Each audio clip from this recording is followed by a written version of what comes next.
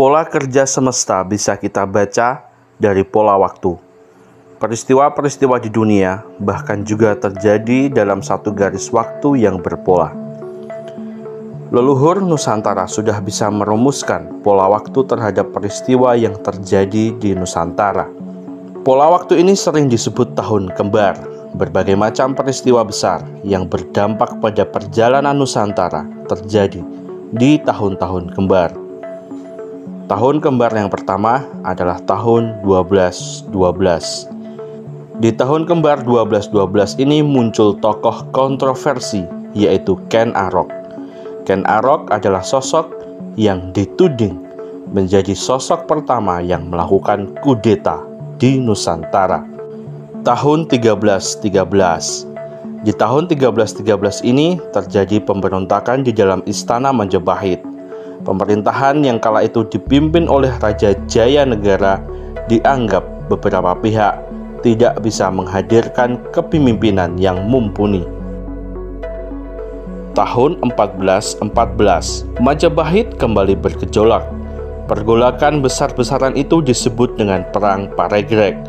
Perang saudara ini menghantarkan Majapahit ke masa kegelapan. Banyak daerah bawahan melepaskan diri dan kelaparan terjadi di banyak tempat. Tahun 1515.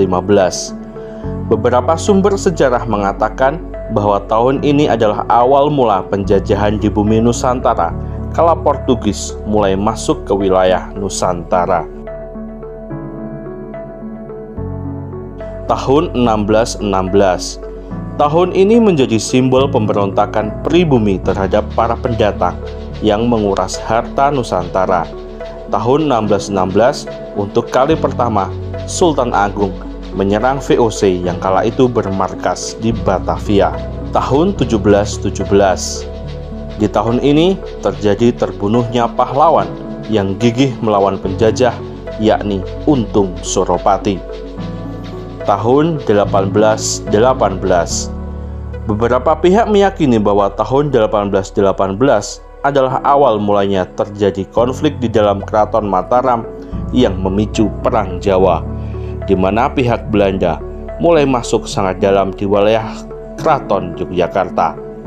Hal ini memicu kemarahan Pangeran Diponegoro. Tahun 1919, tepatnya di Rusia, peristiwa penting terjadi yang kemudian hari berdampak besar dalam perjalanan Indonesia.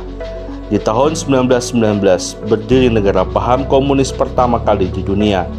Paham komunis diyakini mulai masuk ke Indonesia di tahun-tahun tersebut.